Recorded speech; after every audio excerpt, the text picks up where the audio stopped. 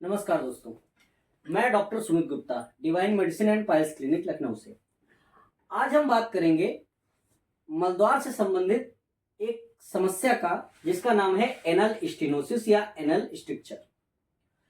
क्या होती है, कैसे पहचाने, कारण क्या क्या होते हैं और इलाज क्या क्या होता है। तो ये वीडियो बहुत ही इंफॉर्मेटिव होने वाली है। एनल स्टेनोसिस या एनल स्ट्रिक्चर क्या होता है? तो जैसे मान लो ये एनल कैनाल है, ये मलत्याग के लिए जो कह सकते हैं रास्ता है, ये गुदाद्वार है, एनल कैनाल है। तो इसका आप अगर ल्यूमेन देखेंगे तो काफी ब्रॉड है। किन्हीं कारणों से अगर ये ब्रॉड ल्यूमेन काफी ज्यादा सकरा हो जाए, नैरो हो जाए, तो इसी को एनल स्टेनोसिस बोलते हैं या एनल स्ट्रिक्चर बोलते हैं। कई बार तो ये बहुत पतला हो जाता है, बहुत सकरा हो जाता है, तो डेफिकेशन या कह सकते हैं मलत्याग का प्रोसेस बहुत ही मुश्किल, पेनफुल और कह सकते हैं बहुत प्रॉब्लमेटिक हो जाता है। तो बेसिक डेफिनेशन की अगर हम बात करें तो जो एनल स्टेनोसिस है, ये एनल कैनाल का जो पाथ है, जो रास्ता है, गुदा मार्ग जो है, उसका बहुत सकरा हो जाना, बहुत पतला हो जाना, इसी को हम एनल स्टेनोसिस या एनल स्ट्रिक्चर बोलते हैं। अच्छा, इसके कारण क्या क्या होते हैं? तो अगर हम कहें कि कई बार तो ये कंजेनाइटल होता है। कंजेनाइटल मतलब बाई बर्थ, जन्म से होता है। जो बच्चा जन्म लेता है उसमें मलद्वार जो है वो बहुत पतला या कई बार बना ही नहीं होता है, ये भी कंडीशन होती है। तो ये तो कंजेनाइटल की कंडीशन हो गई। दूसरी बात, दूसरा कारण हो सकता है सर्जिकल कॉम्प्लिकेशन। जैसे अगर हीमोरेक्टमी करा रहे हो, मलद्वार से संबंधित कोई ऑपरेशन कराया है, फिशर का या पाइल्स का, तो उसमें ऐसी कंडीशन डेवलप हो गई, कह सकते हैं उसमें ऐसी कंडीशन डेवलप हो गई कि जो मलद्वार था, जो गुदा मार्ग था, वो रास्ता बहुत सकरा हो गया। तो ये कॉमनली देखा जाता है। कई बार चोट लगने के कारण भी हो जाता है, क्योंकि जब चोट लगी तो चोट लगने के बाद फाइब्रोसिस होती है, कुछ फाइबर्स बनते हैं, वो फाइबर्स ज्यादा बन गए, मलद्वार में चोट लगी थी, फाइबर्स ज्यादा बन गए, और वो फाइबर्स जो ज्यादा बने, वो फाइबर्स ने इसका रास्ता क्या किया, सकरा कर दिया, बहुत पतला कर दिया। फिशर, कई बार जो कई लोगों को बहुत लंबे टाइम तक फिशर रहता है, तो फिशर में भी बहुत ज्यादा फाइब्रोसिस होने लगती है, या कई बार मल्टीपल टाइम मल्टीपल जगह पर फिशर होता है, तो उसमें भी फाइब्रोसिस बहुत ज्यादा हो जाती है। तो उस कारण से भी एनल स्टेनोसिस या एनल स्ट्रिक्चर डेवलप होता है। IBD, Crohn's disease, inflammatory bowel disease, मैंने आप कुछ वीडियो में बताया, मैंने एक वीडियो बनाया है प्रोक्टाइटिस का, उसमें आप देखेंगे कि अगर किसी को प्रोक्टाइटिस की कंडीशन हो, उसमें भी मलद्वार बहुत सकरा हो जाता है। हालांकि वो अलग टाइप का कॉम्प्लिकेशन है, लेकिन उसके कारणों में से एक ये भी आता है, जैसे क्रोन्स डिजीज या अल्सरेटिव कोलाइटिस, ये प्रोक्टाइटिस के भी कारणों में आता है और एनल स्टेनोसिस का भी ये कारण बन सकता है। या ट्यूबरकुलोसिस की कोई अगर प्रॉब्लम है तो उसमें भी ये कह सकते हैं एक कारण के रूप में देखा जाता है। तो ये कुछ ऐसे कॉमन कारण हैं, जिसमें सबसे कॉमन कारण सर्जिकल कॉम्प्लिकेशन होता है। कई लोग ऐसे लोगों के पास, जैसे कह सकते हैं बंगाली मद्रासी, कुछ ऐसे लोग क्लिनिक खोलते हैं, उन लोगों को प्रैक्टिकल नॉलेज देखकर सीखा होता है, लेकिन उन्होंने ठीक से पढ़ाई नहीं की, या कह सकते हैं बहुत अच्छी जानकारी नहीं होती। प्रैक्टिकली कहीं पर किसी के पास 4-6 महीने रुककर उन्होंने सीखा होता है, और वो ऑपरेट कर देते हैं, और उसके बाद ये कंडीशन डेवलप होती है, कॉम्प्लिकेशन डेवलप होता है, तो उसके बाद फिर बहुत ज्यादा समस्या का सामना करना पड़ता है। अच्छा, ये कारण हो गए। इसके सिम्टम क्या है, क्या क्या लक्षण दिखते हैं? तो पेनफुल डेफिकेशन, जिससे मल निकलता है, लेट्रिन पोटी जिस रास्ते से निकल रही है, अगर उसका रास्ता नॉर्मल है तो वो जितनी कह सकते हैं वॉल्यूम में निकलेगी, आसानी से निकल जाएगी। लेकिन अगर बहुत रास्ता पतला हो गया है, तो ऐसे पर्सन्स को एक कह सकते हैं पतली बत्ती, कह सकते हैं कई बार ऐसे इतनी मोटी जैसे रस्सी नहीं होती, इस टाइप की पोटी निकलती है। तो वो, और अगर थोड़ा सा भी जोर लगा दे तो बहुत दर्द होने लगता है। तो या तो उनको लिक्विड टाइप की पोटी हो तो आसानी से हो जाएगी, अगर थोड़ी सी भी हार्ड होगी बहुत पेनफुल होती है। ऐसे लोगों को कॉन्स्टिपेशन भी हो जाता है, और कॉन्स्टिपेशन में तो स्टूल बहुत हार्ड हो जाता है, बहुत पेनफुल डेफिकेशन होता है।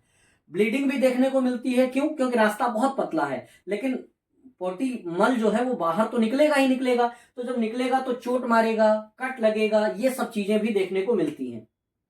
रास्ता बहुत छोटा है, तो उस कंडीशन में पेशेंट बहुत परेशान रहता है कि क्या करें। अच्छा, इसमें भी दो कंडीशन है। अगर हम बात करें एनल स्टेनोसिस की, अगर हम बात करें तो इसमें भी दो कंडीशन होती हैं। एक को बोलते हैं माइल्ड,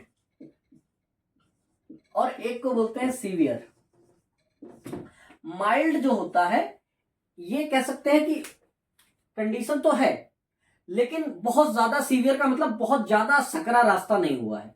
तो इसके लिए कई कह सकते हैं ऐसे ट्रीटमेंट है, सर्जिकल प्रोसीजर की बहुत ज्यादा जरूरत नहीं पड़ती। जैसे माइल्ड अगर हुआ है तो डाइट में चेंज कर सकते हैं, डाइट में चेंज कर सकते हैं। ऐसी डाइट लें जिससे कॉन्स्टिपेशन ना हो, मल कठोर ना हो। ठीक, वो हमने डाइट वाले वीडियो में बताया है, आप हमारे चैनल को सब्सक्राइब कर सकते हैं। उसमें मैंने डाइट रिलेटेड प्लान बताया है कि क्या क्या आप डाइट में ले सकते हैं, क्या क्या नहीं ले सकते हैं, और क्या क्या हमारे गट के लिए हेल्पफुल होता है, यूजफुल होता है, किन कैसी डाइट से हमको मलद्वार से संबंधित बीमारियां कह सकते हैं बचाव हो सकता है। ये सारा कुछ मैंने बताया हुआ है, तो आप हमारे चैनल को सब्सक्राइब कर सकते हैं, उसमें जाके डिटेल में वीडियो देख सकते हैं। तो कुछ डाइट का इस्तेमाल ऐसा कर सकते हैं।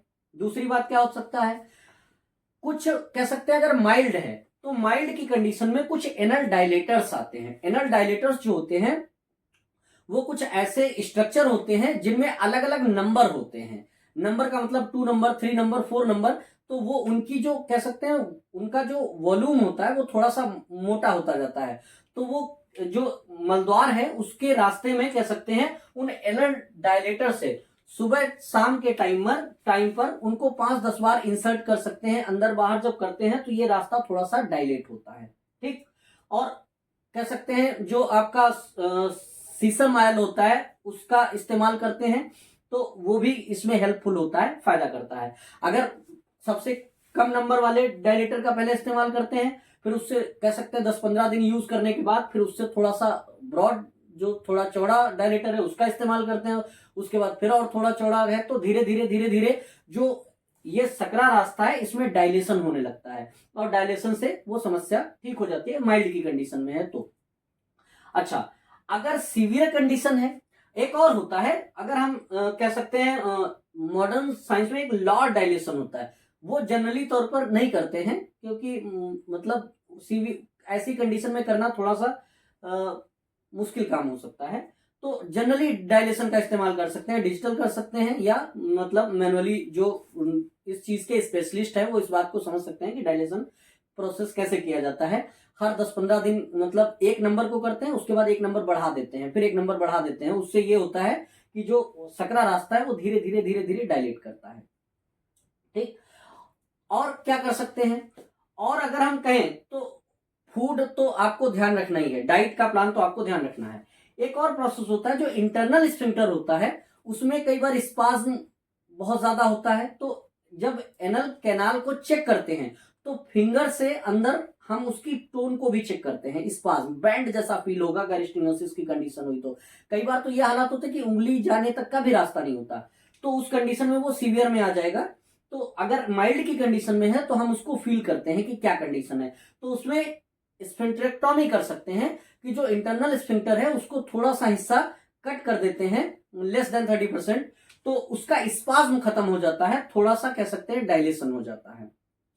तो ये माइल्ड की कंडीशन में है। लेकिन अगर किसी को सीवियर कंडीशन है तो फिर एनोप्लास्टी करनी पड़ती है। एनोप्लास्टी जो होते हैं वो मॉडर्न जो आपके कोलोरेक्टल सर्जन होते हैं